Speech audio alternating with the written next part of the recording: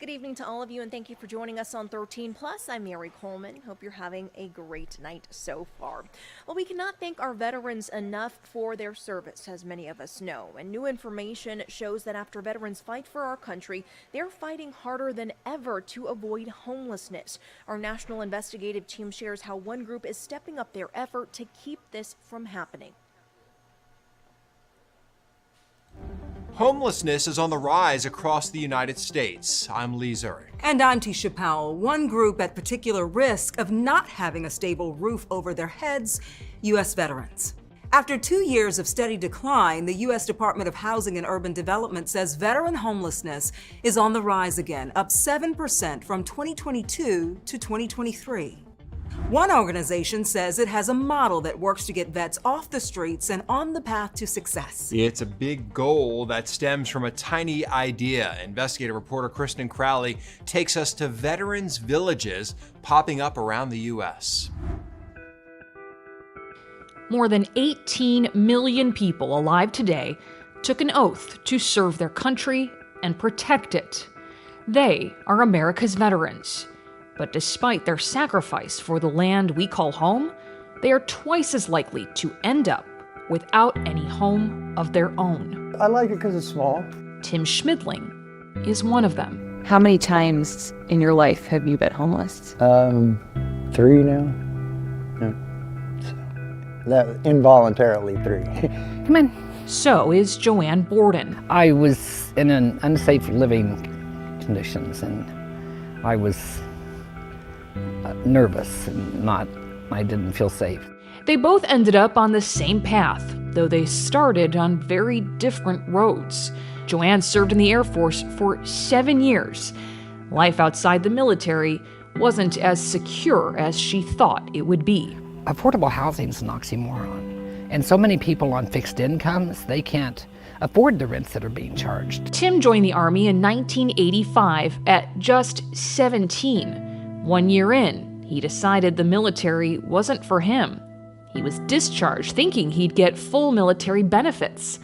Later in life, he fell on hard times and was diagnosed with cancer. When he reached out for help, he says there was nothing to hold on to. They had said that I had to serve 24 months consecutively before you got your benefits. So you were either homeless or on the brink of being homeless, and the Veterans Affairs Department said there's nothing we can do. Twice. They both needed help in a big way. And about 2 years ago, they found it.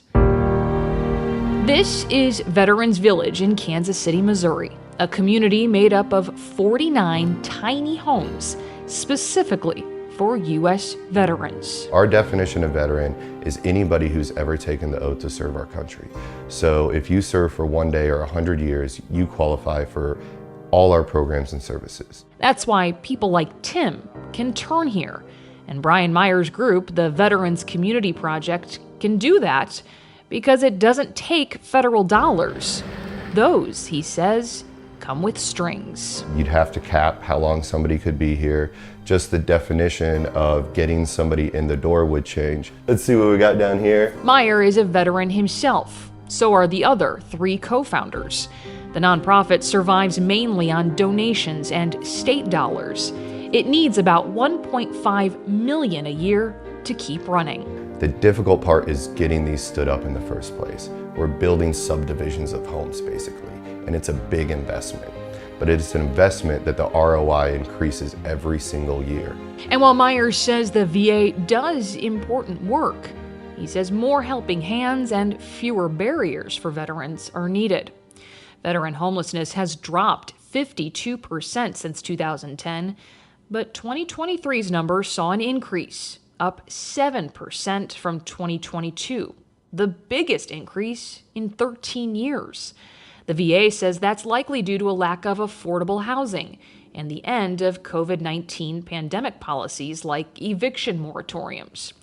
But this tiny village is hoping to make a big impact on reversing the trend. The idea behind Veterans Community Project was really sitting down and saying, we see this issue where we have street homeless veterans. How do we really take them from street back into community and really have them set up for long-term sustainable success. The tiny homes are the biggest draw for many of the veterans here.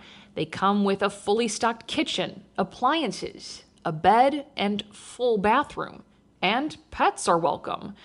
But it also comes with services. Case managers connect veterans with doctors, therapists, state agencies, whatever they need to get them back on their feet and on their own. Summer 2016, we all left our jobs. I left my law firm. We all went in on this. And in early 2018, we housed our first veterans here in Kansas City. What has happened since then?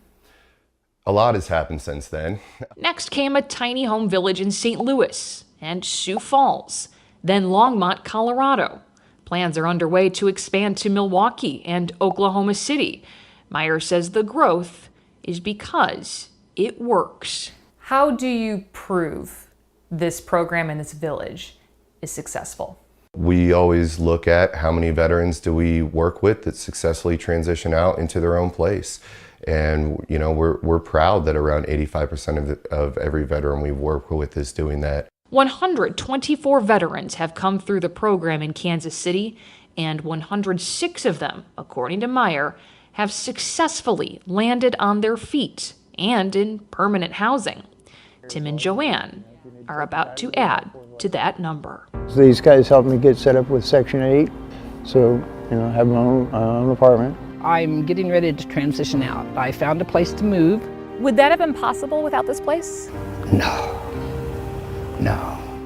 I came here and I didn't have a car.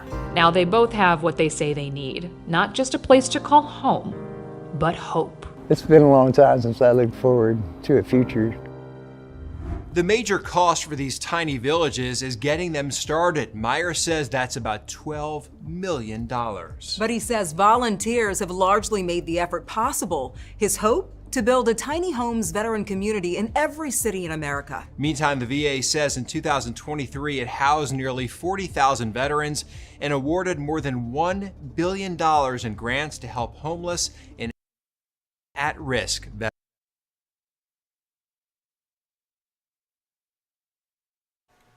What an incredible story that was. It'd be great if we can get something like that here in southern Arizona. We'll leave you with a beautiful live look of the sunset. This is from Mount Bigelow. Check out all those colors and the snow on the ground. And look, here's another from Tombstone. How beautiful is that one as well? We hope you're having a great evening, and will join us live for 13 News Live at 10 for more of your news and